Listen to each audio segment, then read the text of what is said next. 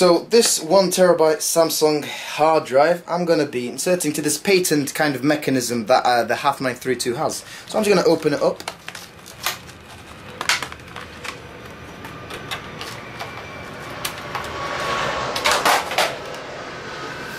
And I'm going to pull this out, and it's just like a simple tray. I'm going to simply put it like this. This is the enclosure.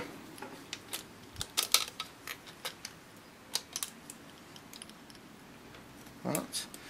I'm going to, it's really stretchy, so it will work. There you go. Just a little bit of force applied.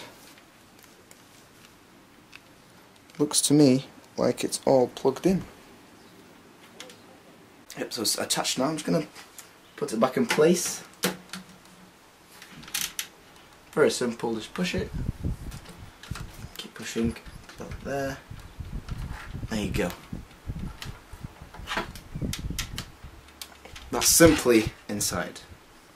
This video was part of the XenoBUILD series. Make sure you check the other ones as well. If you found it useful and if you enjoyed watching the videos, remember to subscribe. See you later. Thank you very much for watching.